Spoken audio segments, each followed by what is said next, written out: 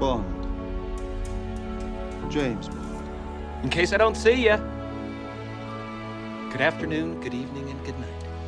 Did we just become best friends? Yep! Sublime! You keep using that word. I don't think it means what you think it means. Tear me apart, Lisa! But mostly I hate the way I don't hate you. Not even close. Not even a little bit. Not even at all. I'm gonna make him an offer he can't refuse. Hi, friends, and welcome to another episode of You Haven't Seen That? A movie discussion podcast where we introduce our friend Ben to movies he should have seen a long time ago. I'm your host, Amanda. I'm Geoff. And I'm Ben. And today we are discussing American Graffiti. Stick around until the end. We'll be doing a draft of the songs from the soundtrack of this movie. American Graffiti. A couple of high school graduates spend one final night cruising the strip with their buddies before they go off to college. Released in August of 1973. The number one song, The Morning After by Maureen McGovern. Not familiar with that. Neither am I. I think that's the one. Isn't that There Has to Be a Morning After? I don't know. Something like that. Sure. Maybe. In terms of world news, there was this little scandal going on at the time called Watergate. Around this time when the movie had come out, it was revealed that Vice President Spiro Agnew was taking kickbacks from government contracts in Maryland, and Richard Nixon's Oval Office recording system was revealed. Ooh. Yeah. In celebrity births around this time, Dave Chappelle. And in celebrity deaths, Bruce Lee. Sad. Directed by George Lucas, his second movie. This movie stars Richard Dreyfuss, Ron Howard, Paul Le Mat, Candy Clark, Mackenzie Phillips, a young Harrison Ford, and for our It's Always Sunny in Philadelphia fans listening to this podcast, Lynn Marie Stewart, aka Charlie's mom. I didn't know any of those people. Well, I knew Harrison Ford, but Ron Howard. No. Director? Wait. Ron Howard? You don't know who Ron Howard is? I mean, I know who Ron Howard is. I'm saying when I watched this movie, I wasn't like, oh, look at all these people in this movie. Okay. I didn't recognize anybody except for Harrison Ford. Okay. You get a pass. With a $777,000 budget, this movie, after re-releases, I should say, within the couple of years after this movie ended up grossing $140 million at the global box office. Pretty great success. Yeah. I read that. Yeah, sorry, I'm sorry to interrupt. I read that it is one of the most profitable movies of all time, just in terms of video, as it got into that sort of thing, and with how cheap it was done on a budget, that it's known as one of the most profitable movies that there ever was. It's great timing that we're talking about this movie too, with a movie like Obsession doing so well at the box office right now with a sub-$1 million production budget. So great to see all across the board. Yeah, there's a really, really interesting stories, especially with its ties to Francis Ford Coppola and everything. So we'll definitely get into that. Retroactively speaking, Rotten Tomatoes wasn't around at the time, but this movie, kind of looking back, has a 95% and a very, very high 90 plus Metacritic score, including Roger Ebert's 4 out of 4 stars. This movie was nominated for 5 Academy Awards, sadly losing all 5, mostly to another movie we've covered on this podcast, The Sting. This was nominated for Picture. George Lucas was nominated for Director. Candy Clark was nominated for Supporting Actress, Original Screenplay, and Film Editing. And the last note about this movie, the soundtrack, which we will be talking about during our draft tonight, is certified 3X Platinum in the United States. Wow. Yeah. All right. Well, I think this is an installment of none of us had seen this movie. Is that correct? That is correct. Great. All of us you haven't seen did that. So I think we'll all have pretty brief histories. But Ben, why don't you kick us off? Oh, you think I have a brief history, but I do not. I actually have a lengthy Oh, history with this one. Oh, I'm so amazing. sorry. So sorry. Amanda might not know who Ron Howard was in this movie, but if you watched Happy Days on Nick at Night, or if you were in the 70s watching Happy Days, obviously Happy Days was inspired by this movie and starred Ron Howard. And, this movie kind of kicked off the nostalgia for the 50s that then, I know it's set in 1962, but that era that then kind of continued on Happy Days. And of course, with things like Grease and kind of lasted throughout the 70s. Ron Howard, of course, star of both American Graffiti and Happy Days. So when I was a 10-year-old in 1996, 97, I was obsessed with 10, 11-year-old. I was obsessed with Happy Days to an unhealthy degree. I was obsessed with lots of Nick at Night shows, and I went through phases.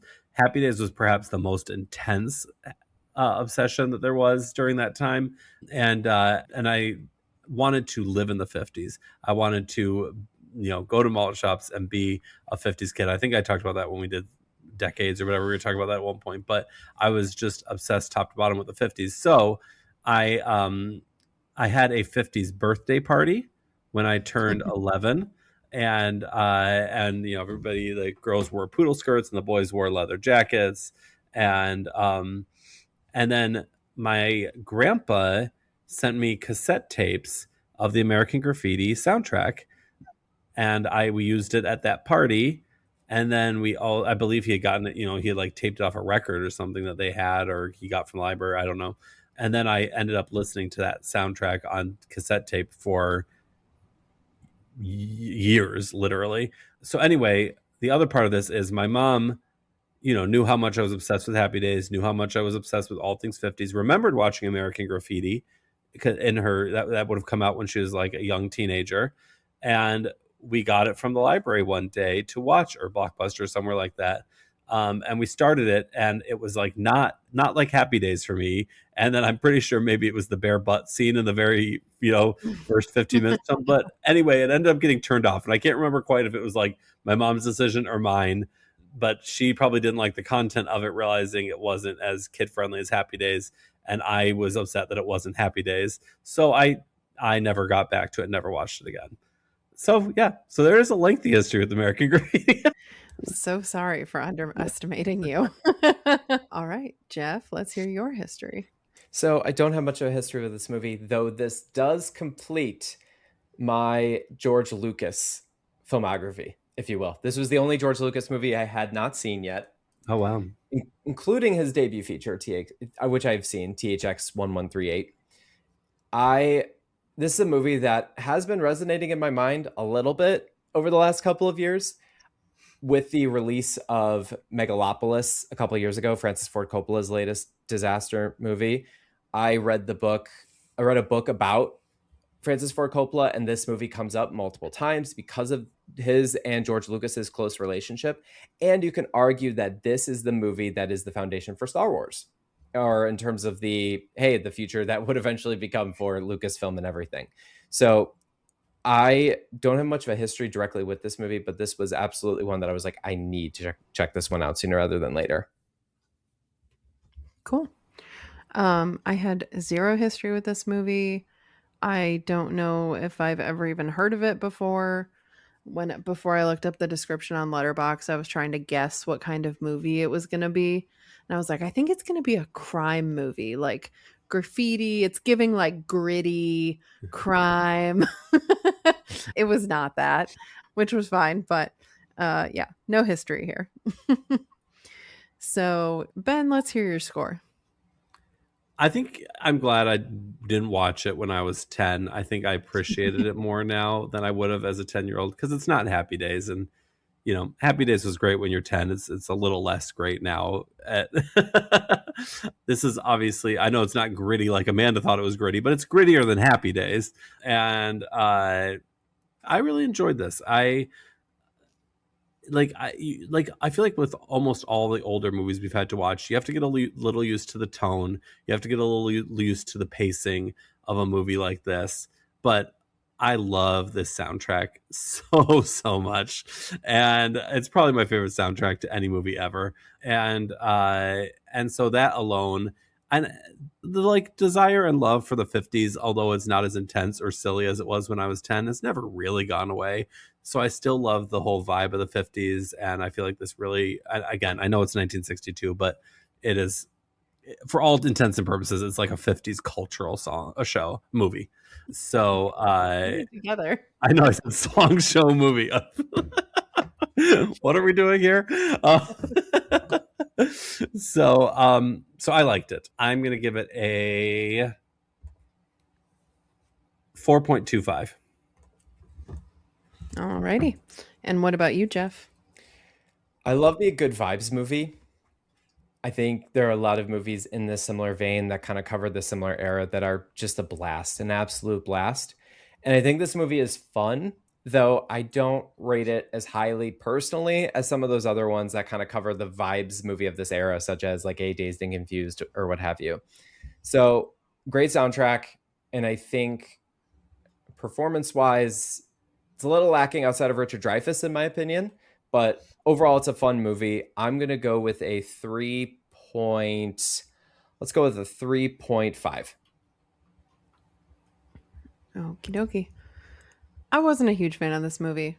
I really loved the soundtrack. Geoff can attest. I was singing along throughout most of the movie. But otherwise, I didn't find much else to be interested in. So I'm giving it a 2.75. I figured I would be the highest scorer for this particular movie. So shocking. I think this is one of those things where, like, you know, we've talked about 70s movies. I feel like so many times we've watched 70s movies, it's taken us like a second to kind of get the hang of the feel of it. You know, that Chinatown was a very obvious one with that. But even things like The Sting and, you know, some of those that you just like, movies just don't, you know, they don't have the same kind of vibe to them now. Like they're just, it's like a different sensibility. Mm-hmm. And so I think a lot of the kind of complaints that I feel like I imagine you, especially Amanda, might have, I feel like I would too if it wasn't a content area and a soundtrack that I loved so much. Like I think that the fact that it's 50s vibes and the fact that it's that soundtrack does a lot of work for me. And if it was some other time period with some other topic, I think I would be more turned off by it. Yeah, and that's totally fair. And like, first of all, I was like really happy that the soundtrack like continued the way it did throughout the movie, because like I made a note, like maybe my third note here, while they were still hanging out at the drive-in, I was like, wow, what a great soundtrack, like so many bangers. And so it was very much to my delight that continued throughout the entire movie. And I think that was my favorite part, was like how they incorporated the radio and like Wolfman throughout the entire plot. And it like didn't matter who we were focusing on at the moment, like that was always like a constant presence. It really is what tied the whole movie together.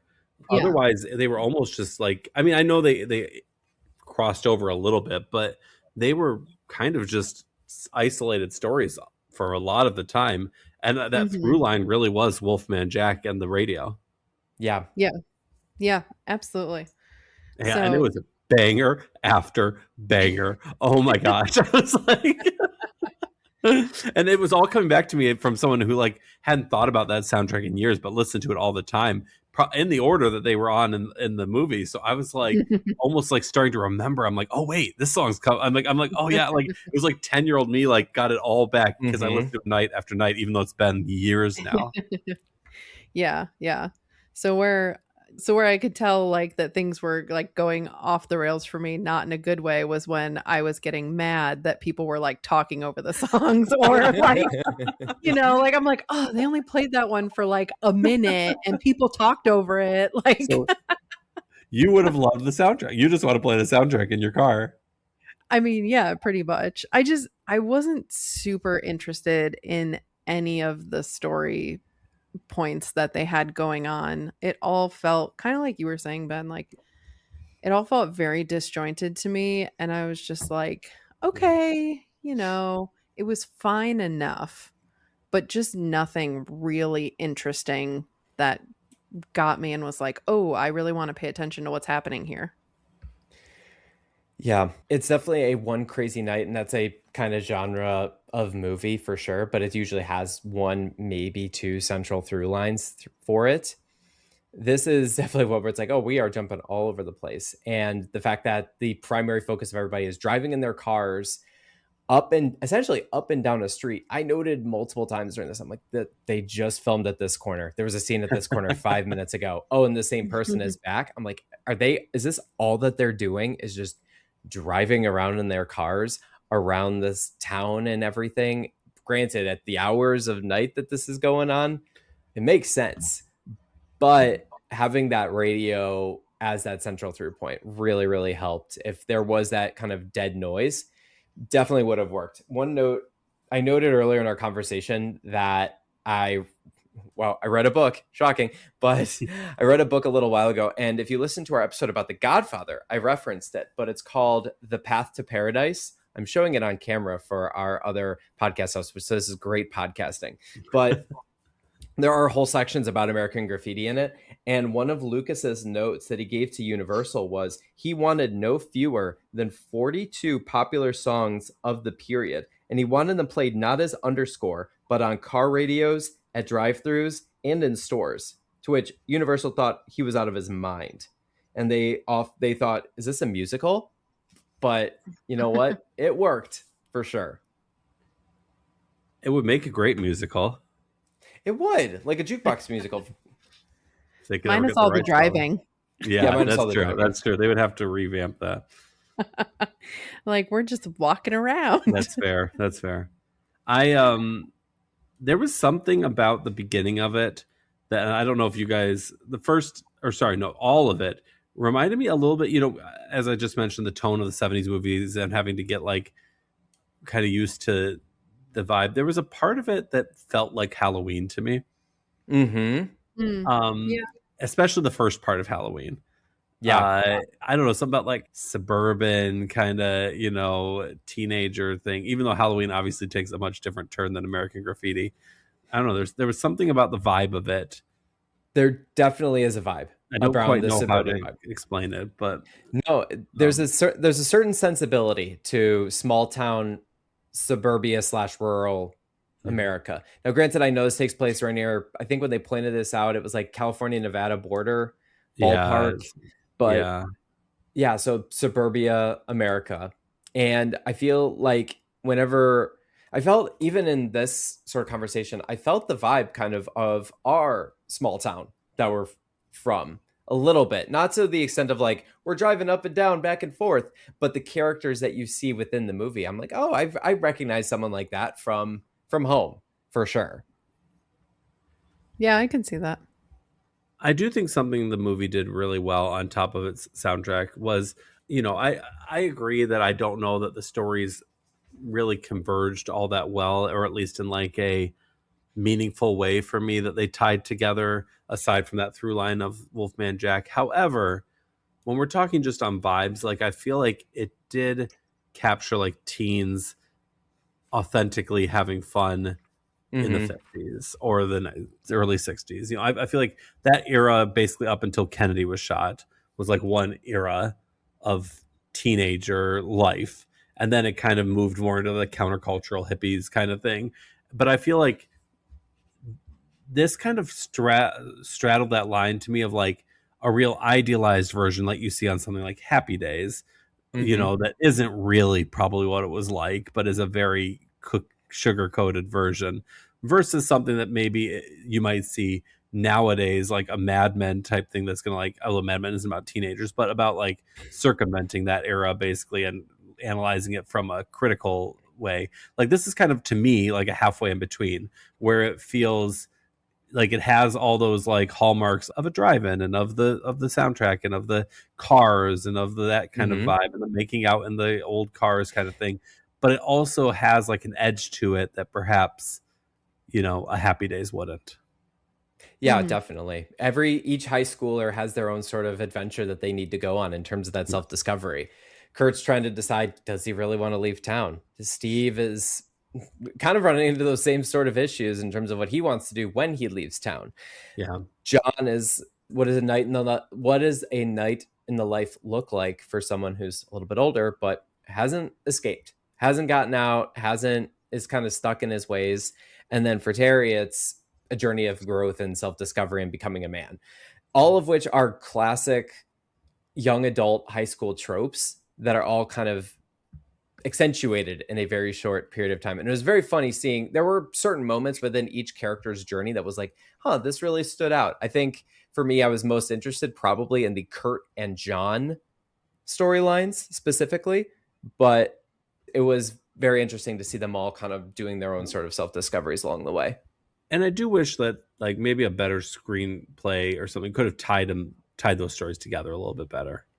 Definitely. I'm not going to like deny that. I just have to real quick. I have two things I really want to complain about with this movie. One is a short thing and one is maybe a longer thing that I feel like you guys probably want to talk about too. But the short one is Ron Howard does not look like a high school graduate. Nope. He is a baby.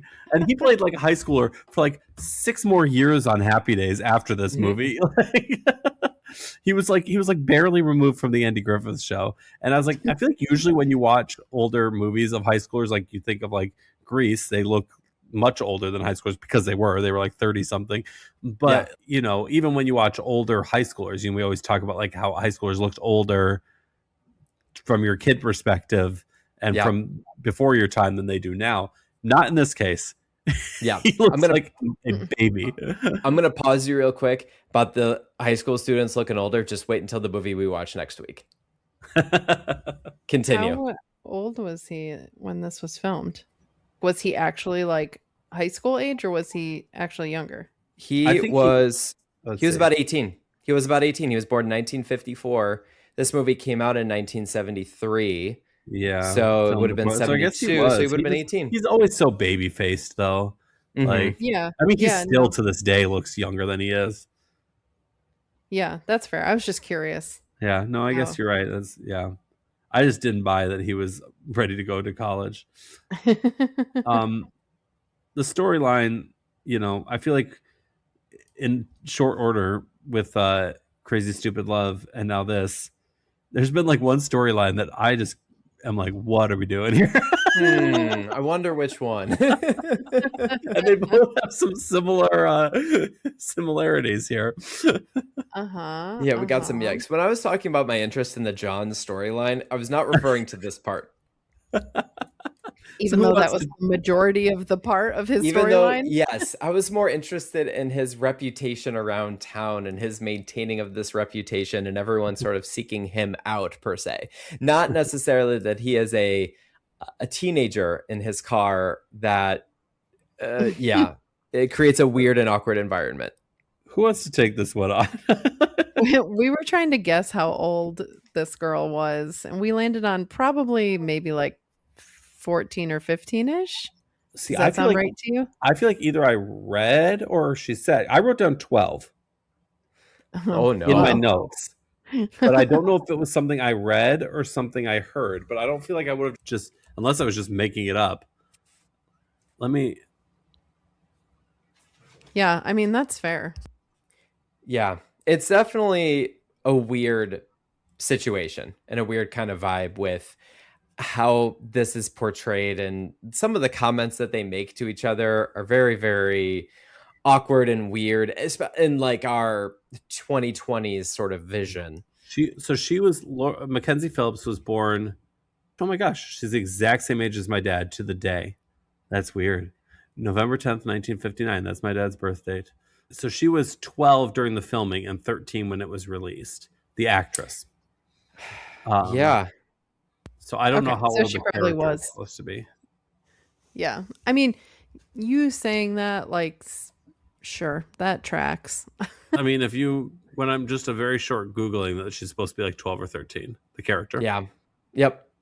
I believe it now. But yeah, it's a very weird situation. Now, of course, this is 1960s America. This is not necessarily something people would be like flagging in their conversations as they're driving around town and seeing him and everything like that. It's not something they would maybe call out, but it is very interesting to see the way John approaches the night and how he feels that sort of awkward tension in the car, where he has a vision of how things are going to go in his mind in one direction, and they end up going in the complete opposite. It takes him a while for him to properly adjust, if at all. And it's one of those same things like Crazy Stupid Love, where you're like, yeah, you know, a young teenager might have a crush on an older teenager. I don't know that driving around in a car with him is the best thing. Absolutely not. I don't think so. The one moment where they're at the red light and they throw the other car throws the water balloon in, and so he gets out with the shaving cream and they start like messing around with the other car. There's almost like a sense of childlike wonder that's brought back to him.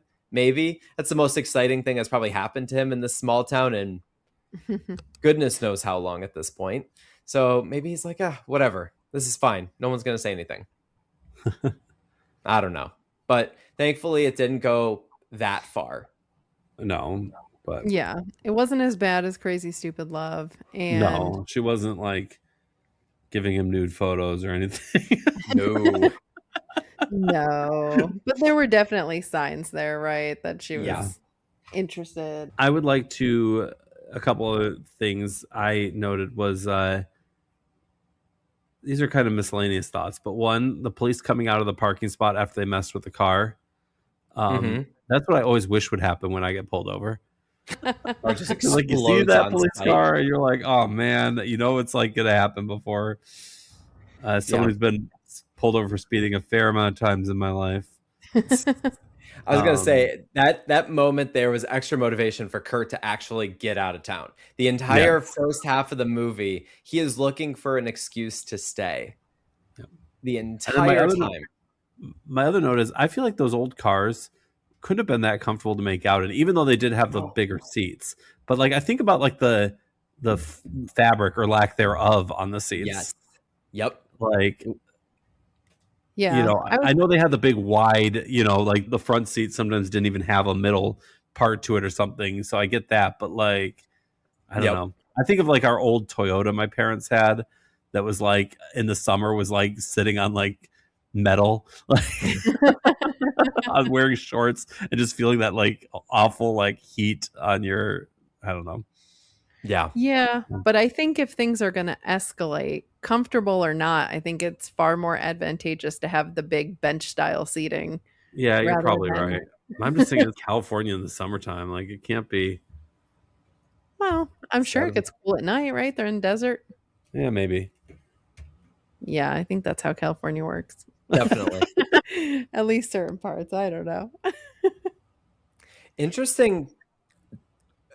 This is an interesting car movie as well. When we talk about the cars, just the look, not just like the look and the feel on the inside, but how they communicate messages about people, from Terry's Vespa to, you know, Steven's really fancy car that he gives to Terry to let him drive around for a summer, to John's, like, I don't even know how you would describe it, to Harrison Ford's character's way of using that as sort of defining his personality for the entire town as this loud, bravado-filled cowboy. It's a great car movie that communicates those sort of things very effectively. Just not even just in terms of the sounds and the moments that you see driving them, but just the look and feel of what these people want to be or are currently by the vehicles that they drive. I read that Harrison Ford was drunk often during the filming of this movie, along with Paul Hopkins, who played Joe. I heard that too. Fun fact too that I just learned about with this book, when they were casting, George Lucas worked together with casting director Fred Roos to figure out kind of the roles within this movie. And George came around to unknowns Richard Dreyfuss. This was his first major role. Cindy Williams, who was casting director Fred Roos's former girlfriend, and Harrison Ford, who was Roos's former carpenter, who had first met Coppola and Lucas at American Zoetrope, his studio, their outpost in LA, where he was working American Zoetrope onto the office door. Ford would even do some work on Coppola's Broadway house. So got a little bit of a connection there. So that's how he got in. So I guess he was like, hey, I don't know. I don't know what's going to happen here. So whatever, I'll just have fun. I weirdly, with Harrison Ford in this movie, I saw a lot of Han Solo in this performance for sure. Yeah, that's fair. A lot of a cocky, show up, flashiest guy there, trying to cause a scene everywhere he goes. Everything in terms of his personality, it's not as clean or well done maybe as Han Solo is. This is still, you can tell he's still trying to work a lot of those sort of things out. But it was fun to see him here in a role like this pre all of his major success, to communicate that sort of style there. And it's almost like an audition tape. Yeah. It's funny to be like, oh, he was drunk most of the time during filming when he was like barely in the movie. Yeah. It's like, come on, dude, get it together. How many days were you on set? Probably not that many. Right. I would like to give a shout out to Cindy Williams. She was Ron Howard's girlfriend in this movie, but went on to star in Laverne and Shirley, a spinoff of Happy Days. And there's a episode of Happy Days that launches Laverne and Shirley, and they're an item in that episode again. I find her a little annoying in Laverne and Shirley. I think this was a more understated performance from her. Nice. Which I appreciated. Yeah. Yeah. Also, Can we talk about how awkward it would be in referencing Cindy Williams in her role in this movie as Steven's girlfriend? Can we talk about how awkward it would be to go to a dance, like a school dance, and be the only couple dancing in a room but with like high schoolers? I could never envision that. Like, we didn't do anything like prom king, prom queen at my school. Granted, I went to an all boys school, but our proms would never go through like that. But watching that, I'm like, that is so awkward, especially since they had just like broken up / threatened to break up, that whole deal. I'm like, oh God, this is just cringing. It's taking me back to high school, and I'm just like, I'm envisioning what's happening. I'm just like, oh gosh. And what school has a dance on their last night before school starts? Right? Yeah, that's weird. It is weird. Especially because like some principals or disciplinarians, whatever, at the school are coming around. They're like, hey, you're suspended, you're gone. And then they're like, well, just kidding, I graduated. Or yeah, it's very weird timing. Yeah. What did you guys think of the ending? Specifically, the epilogue? Yeah. That was a bit of a downer. Very Stand By Me-esque.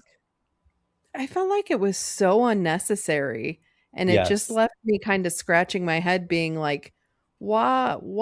Why did we need to know this? I didn't need to know this. I agree that it was unnecessary, because I felt like that wasn't what they were trying to say about these characters to me. Yeah. Yeah. And then I was like questioning, I was like, wait, was this based on real people? And I like didn't catch that at some point, you know? And I was like, oh no, I guess it's just the characters. But yeah. I was like, I don't really care. Yeah, I was curious the motive behind doing that. Mm-hmm. I almost want to say that it was a way of, well, I also know that George Lucas is a pretty political person. Like, he infuses a lot of like political topics in his movies. It's almost like a statement because he was very anti-Vietnam War and very notably anti-Vietnam War. He even wrote some characters within the Star Wars movies to represent like the Vietnamese armies and the Viet Cong. He almost like maybe it was a statement against that, but also almost a way of, I don't know, trying to convince the audience, like, don't be afraid to take that chance, get out of your small town kind of deal. Because it shows things like John died months later after this movie at a car crash because he was probably stuck in his ways, trying to establish himself as the big boy in town. And he's just going to keep doing that until God knows when. He could have ended up like Harrison Ford and almost die / well, he did. Terry never got out of the town and ended up getting drafted and end up lost in war. Maybe this newfound confidence and whatever, feeling like the big shot in town.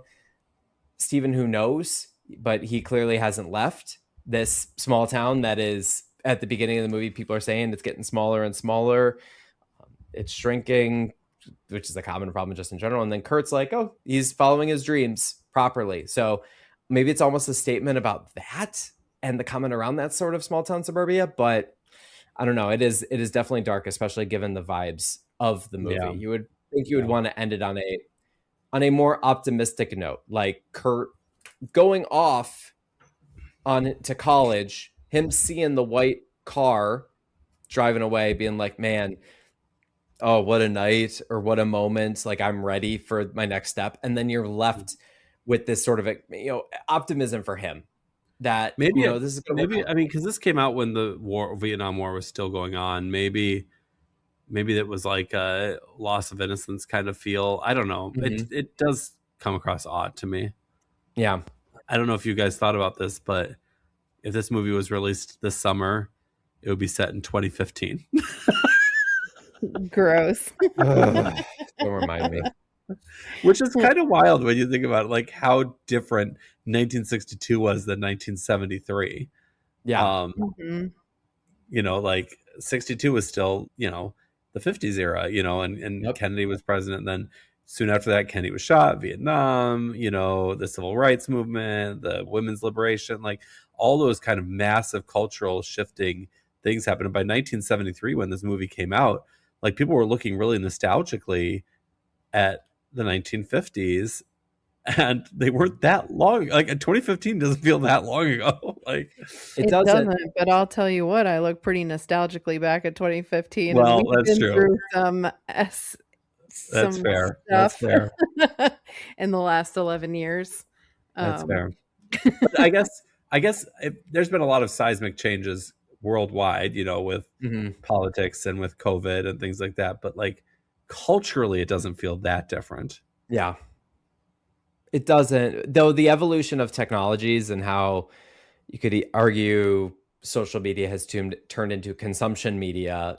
That I was re-listening to our episode that we did on The Town a few weeks back, and we had the whole conversation about Facebook album dumps. It would be funny to get that sort of vibe in a movie like that too, when we look back, with the nostalgic eye. But it's definitely. I think you could I feel like you could definitely set a movie and say like 2007, 2008, and pick up the American Graffiti vibes. Mm-hmm. And then like 2015 seems wild to me. Yeah. And I also think it's hard because I don't feel like we have these decade defining like trends anymore, or like things that were happening, like you were mentioning. It was like, oh, this was like the 50s, and everyone dressed a particular way, and like there were sock hops and whatever. It's like, and then you got into like the hippies and whatever, Right. and then it was like I just don't know that our culture like does that anymore, with these like extreme shifts in like the thought and like what we're wearing.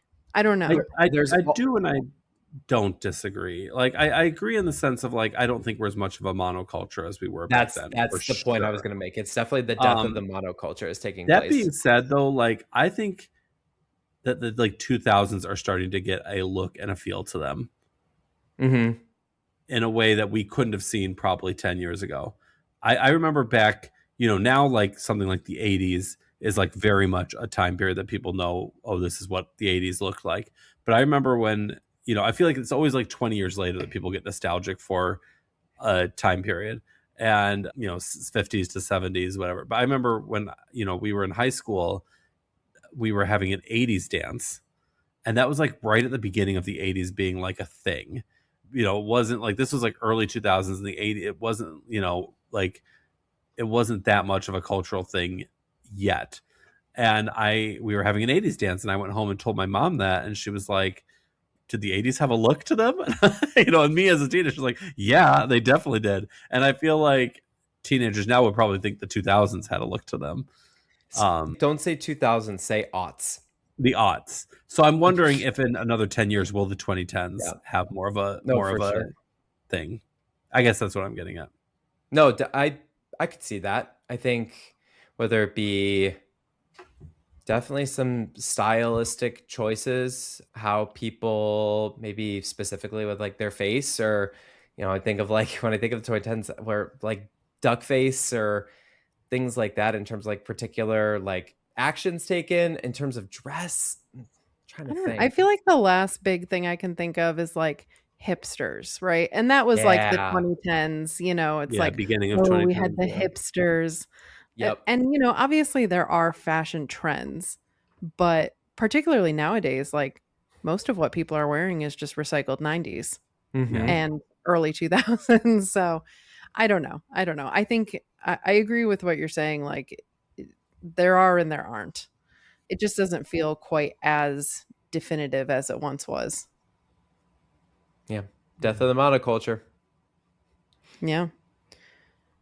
So that one girl, I think her name was Debbie, the one who was hanging out with Terry or whatever, when they were like out in the woods, I was like, this girl would love true crime podcasts. She was like so into the fact that there might be a serial killer. She's like a precursor for all those white girls that love their true crime podcasts. Big time. Yeah, I was like, she would love this. I also want to give a shout out to Mel's Drive-In, which exists in Universal's theme parks, specifically Universal Studios, the theme park, that specific one. And I did not know. I mean, I guess I should have assumed it was from a movie, but I didn't really ever think about it, I guess. So it's very fun. You would love it there, Ben. I'm sure I would. Is it an actual like functioning restaurant? Yeah. Mhm. Yeah. Oh, It is. yeah, I And would they love have that. like classic cars in the parking lot, and they have, I think on a regular basis, they have like dancers like themed to that era that come out and do like a show. And then it's very fun at Halloween. They make it so that some of the letters aren't lit up, so it's Mel's Die-In instead of Drive-In, which is always very fun and spooky for Halloween. I have a question to ask you both about the time that this movie takes place. There's a lot of noise going on in this movie in the wee hours of the night. Do we really think that a lot of this is happening? If we go like chronologically, it's one of those where the final drag race in this movie actually happens at like probably 5 a.m., 6 a.m., whatever. Do we really think that there is all of this noise going on at 2 o'clock, 3 o'clock in the morning, and there aren't more noise complaints? There aren't more anything? Is it just because there's so few people around that they can get away with this kind of stuff? It just, the whole idea of that was kind of like mind-blowing to me. 1 o'clock, 2 o'clock, 3 o'clock, rock. 4 o'clock, 5 o'clock. Touche. I feel like the timeline was definitely all over the place. Like when they were at the dance, I was like, it felt way too late in the movie for them to like be at a dance. I definitely feel like, and I'm sure this was very difficult filming wise, but there were definitely inconsistencies in like the amount of light that there was during different scenes. The part I didn't believe was like the number of cars that were on the road. Like, I'm like, there's no way, if this is supposedly like 3 a.m.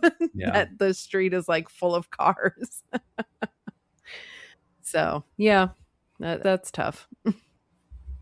Also, what parent would have their 12, 13-year-old daughter out until whatever time of night and not Parents be... didn't care back then, Geoff. I mean, it's fair enough. Yeah. 10 o'clock, do you know where your child is? Fair enough. They didn't care. Way later than 10 o'clock. That's why that commercial existed, right? Because of that. They all saw this movie and they're like, oh gosh. I also was noting like what an impact local DJs used to have on like a culture of a town or a city. Yes. Like it's not Big the case time. anymore, but like boy, like they really kind of dictated the cultural kind of direction of the town. Oh, for sure. It's funny. It's funny hearing you say that, because as you said it, I'm like, oh yeah, Wolfman Jack like had a real impact. And on top of that, I thought back to all of the DJs we had when we were in like middle and high school in Buffalo, whether it be at Kiss 98.5 or Star 102.5, RIP 103.3 The Edge, all of those kind of stations that like we all listen to. I'm like, man, they were a big deal. Yeah. I'm pretty sure when I stopped listening to my American Graffiti cassette tapes is when I started listening to DJ Anthony at 10 at 10. There you go. When I went from being a cute, innocent elementary kid who loved 50s music to a teenager who wanted modern music. Right. And now I'm back. Now I just want the 50s music again. The circle of life. All right. Well, do either of you have any final thoughts? I have one last thing, and I'll keep this brief. There's a fun little Easter egg in this movie that I caught the first time I saw it without needing to look this up. I was really proud of myself. So John drives that really funky, weird looking car. You see his rear license plate, I think, once in the movie, and it is THX 138. George Lucas's first movie is a sci-fi dystopian movie called THX 1138. So I thought I saw that was like, oh, I get it. I know what this means. This is fun. So this is one of the first times I've actually caught something like that. The first time seeing a movie. So I was really proud of myself. Nice. Good job. Nice little humble brag. Okay, that's it. All right. Well, Ben, let's hear our TV recommendations. All right. Well, obviously, has to start with Happy Days. I was about to say, yes. I mean, and Laverne and Shirley, which was a spinoff of Happy Days and stars Cindy Williams along with Penny Marshall. So if American Graffiti is a little too dark, a little too gritty for you, Happy Days is your show because it's got all the same hallmarks of it, just in a more sanitized, family sitcom kind of way. Happy Days itself was, so the story of it was that they had done a segment on a show called Love American Style, called Love in the Happy Days, which featured Ron Howard and Tom Bosley, who played the dad, and then a few other different people. It was not picked up to a show at the time, and then the success of both Grease on Broadway and American Graffiti in the theaters prompted a revisit of that pilot and bringing Happy Days to screen. So cool. Nice. It's a fun little history lesson there. And then the other show I was going to recommend is one that I will always recommend when I get a chance to tie into a movie, which is one of my all-time favorite shows, which is American Dreams, which was an early 2000s drama on NBC, ran for 3 seasons, starring Brittany Snow, who was my biggest crush in the world at the time. And, as you can see, even though I was a cool teenager, but then I was still into the 50s and 60s. This is set in 1960s Philadelphia. And Brittany Snow's character dances on American Bandstand.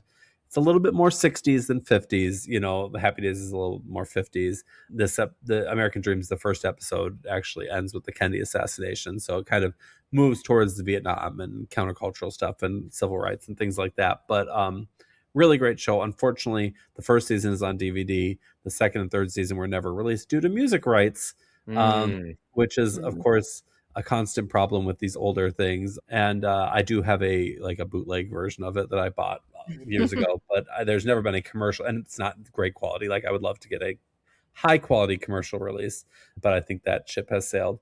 So, but if you can get your hands on it or watch it, it's a great family drama that has a lot of really great performances. And its kind of gimmick at the time was contemporary music stars like Usher and Michelle Branch and all that would sing and would perform as these 50s and 60s stars on American Bandstand. So you get all these early 2000s superstars performing as 50s and 60s artists, and it's really cool. Nice. Fun. Well, thank you. Yeah. Geoff, what are movie recommendations? So we'll start with, I think I've got 4. We'll go with 4 movies. So the first 2 are directed by the same person. And in my opinion, this is the king of the vibes movie, the king of the sort of capturing an era in one day or over a very short period of time. And that is Richard Linklater, the director of Ben's #1 movie of 2025, Blue Moon. So he has 2 movies under his belt, one covering high school and one covering early college. Dazed and Confused is probably the closest comp to this movie imaginable, which channels sort of a day in the last day of high school in the 70s. And it features a young Matthew McConaughey, features a young Ben Affleck, features a young, just so many people. And it is such a fun movie. I personally connected with that movie a lot more than this one, but they definitely share a similar vein. And then covering the sort of young college experience over the span of 3 days, Everybody Wants Some. Very little seen movie from the mid-2010s covering a college baseball team in Texas 3 days before the school year starts. And it is so fun. Love both those movies. Great recommendations. That one's got Wyatt Russell, Zoe Deutsch, and Glenn Powell. Had to think about that one for a sec. The next one I'm going to recommend is sort of in the Lucas Coppola vein. covering a similar sort of age bracket, covering a similar sort of time frame. And it's going to be Francis Ford Coppola's The Outsiders. A little musical, also with that name, adapted based on a book, but again, covering sort of the young person experience in America, especially in like small town America, capturing that sort of like gang group vibe, if you will. So a lot of notable people in that movie as well, such as, see if I can get them off the top of my head, I believe Patrick Swayze's in that movie, Tom Cruise is in that movie, Ralph Macchio, Matt Dillon. Very fun cast there. And then to top off the 2020s movies, there is a little scene comedy that sort of captures this vibe called Snack Shack. This came out in 2024, and it's about two young teenagers in the summer who buy, or should I say like rent, the Snack Shack at a pool. And it documents their friendship over this period of time and the comings and goings. Very much of an era similar to this. Very great vibes, young stars. One of the figures in this movie is Gabriel LaBelle, who you'll recognize from Steven Spielberg's The Fabelmans, as well as Saturday Night. So very, very fun movie, and I think is a great pairing with American Graffiti. Is it set? It's set in the like 50s, 60s? I believe it gives a lot of 60s, 70s vibes to it. Okay. I don't think a specific time frame is mentioned, but maybe it is Nope, it is the 90s. Excuse me. It is the 90s. And the only reason I know that is because I went on to Letterboxd, and the top review is from the lead actor, Connor Sherry, who said, had the best summer of my life making this movie. The 90s rock. So All right. I sometimes, real quick before we get into our game, I sometimes do think about like when I was a kid in 1996, 1997, as I said earlier, I wanted nothing more than to live in the 50s. It was like my dream. I just wish I would have like go to bed one day and wake up and it would be the 50s. And now I think, dang, but that was the 90s, which were also great. Like, I wouldn't mind waking up in the 90s now. Right. Yeah, right. And I was just wasting it away, wishing I was in the 50s. I know it's like a thing now. I see people on Instagram post about having like 90s summer. Yeah. They're like, oh, we're going to, I don't know. They implement all these like rules and stuff for their families and have different activities that are trying to make it feel more like the 90s. It's not a bad idea. Not a bad idea at all. We all need to go touch grass.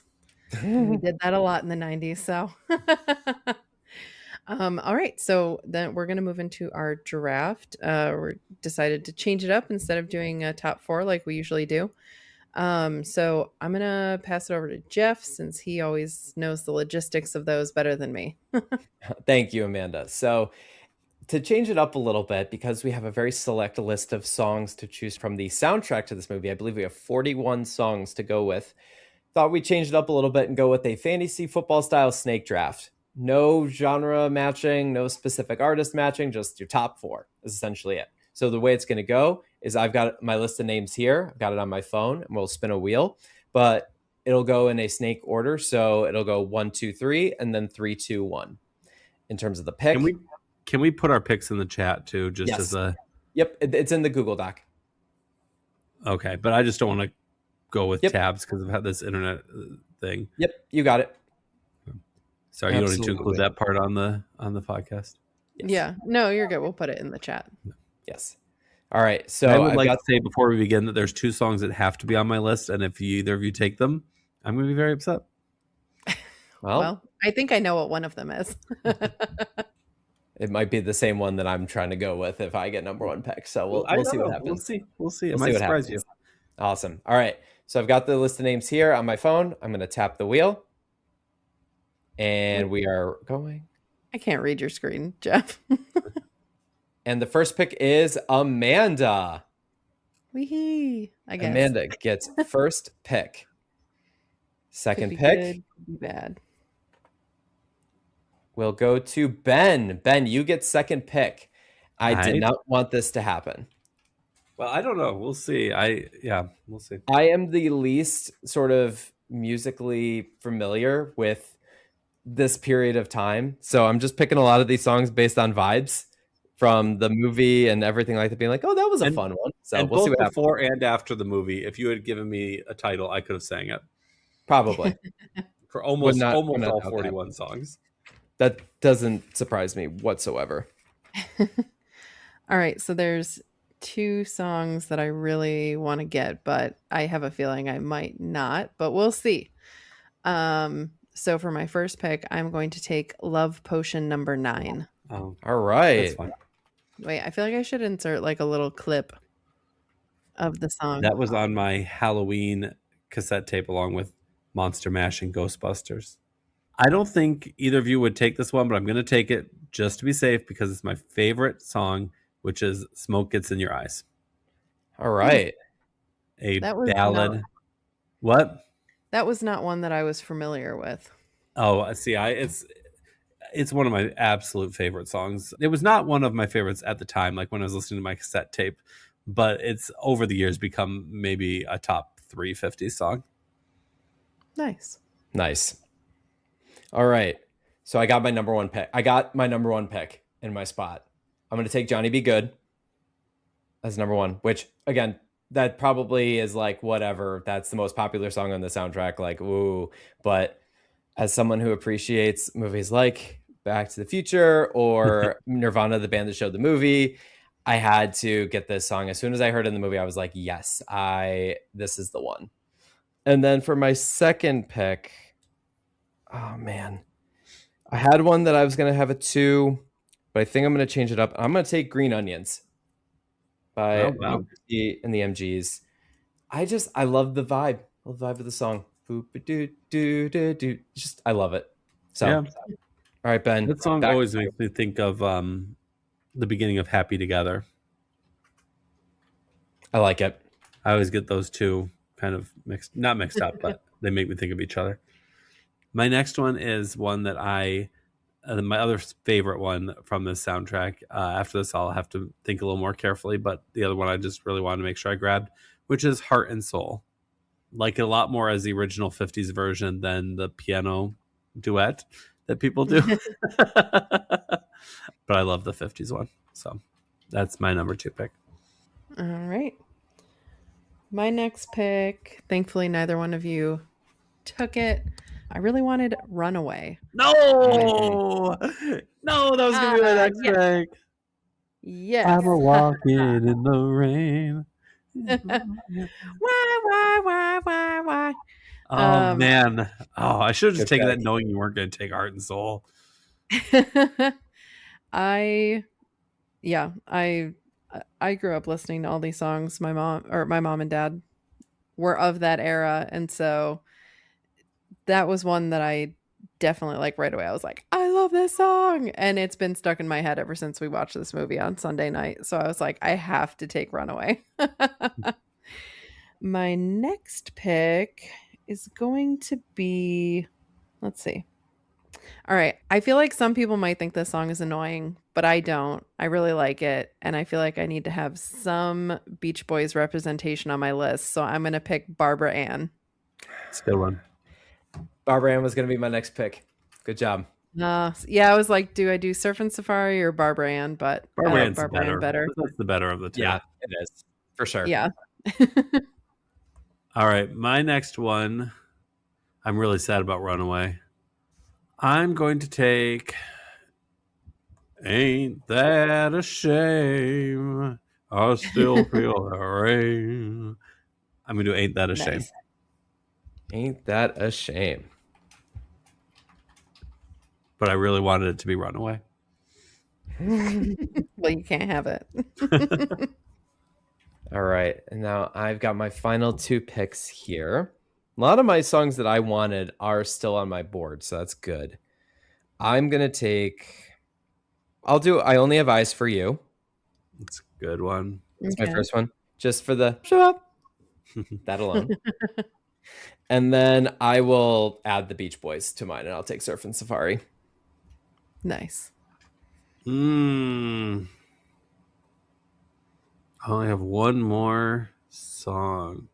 I'm going to go with Why Do Fools Fall in Love? Good pick. And I feel good about that. My last pick. And for my last pick, I'm going to go with The Book of Love. I was thinking about that one too. Yeah. Oh, I wonder. A few others that I just want to give a shout out to. I mean, I like 16 Candles. Mhm. I like That'll Be the Day. Mm-hmm. Do You Want to Dance? I like a lot. Yeah. Yep. That's a good one too. I liked Rock Around the Clock. Thought it set the movie off in a really fun way. Yeah. That would have been my honorable mention. And then I like the song that they played at the Hop. I liked that, the Hop. It was fun. I don't know. It was catchy. Yeah. I don't know if I listened to it regularly, but it was fun. I like At the Hop. Yeah. Some other ones that I like that you guys didn't mention were Louie Louie, The Great Pretender, and Come Go With Me. Come Go With Me is real catchy. Yeah, definitely. Should we say our list here? Let's do it. Amanda, why don't you who has the best? Yeah, so for my list, I have Love Potion number 9, Runaway, Barbara Ann, and The Book of Love. Ben? And I have Smoke It's in Your Eyes, Heart and Soul, Ain't That a Shame, Why Do Fools Fall in Love, and I also have Runaway. No, you don't. Geoff? I have Johnny Be Good. I have Green Onions. I Only Have Eyes for You. And Surfin' Safari. Nice. And I also have Runaway. No, you don't. It's mine. You can't have it. I'm a walking in the rain. All right. Well, you guys will have to tell us who you think drafted the best list. And if you don't know the songs, go listen to them. They're on Spotify for sure, probably on Apple Music and all the other streaming platforms. So. You name it. Yeah. And my cassette tapes. Yeah. Go to Ben's house and get the cassette tapes, obviously. Obviously. All right. Well, this wraps up our episode on American Graffiti. If you'd like to watch along with us, next week we will be watching Spider-Man, the original one from 2002? Something like that. Sam Raimi, Tobey Maguire. That's right. There you go. Yeah. Kirsten Dunst. Yeah. Just so people don't think we're watching Tom Holland or one of the other Andrew Garfield variation of Spider-Man. We got the OG here. Yes. So be sure to watch along or just tune in to hear us chat about it. If you enjoyed this episode, please consider leaving us a rating or review and be sure to follow us on all our social channels. Thank you so much for listening, and we'll see y'all next week. To infinity and beyond! Why so serious? I am serious, and don't call me Shirley. We're not worthy! We're not worthy! Keep the change, you filthy animal. What you just said is one of the most insanely idiotic things I have ever heard. At no point in your rambling, incoherent response were you even close to anything that could be considered a rational thought. Everyone in this room is now dumber for having listened to it. I award you no points, and may God have mercy on your soul. I said it before and I'll say it again. Life moves pretty fast. You don't stop and look around once in a while, you could miss it.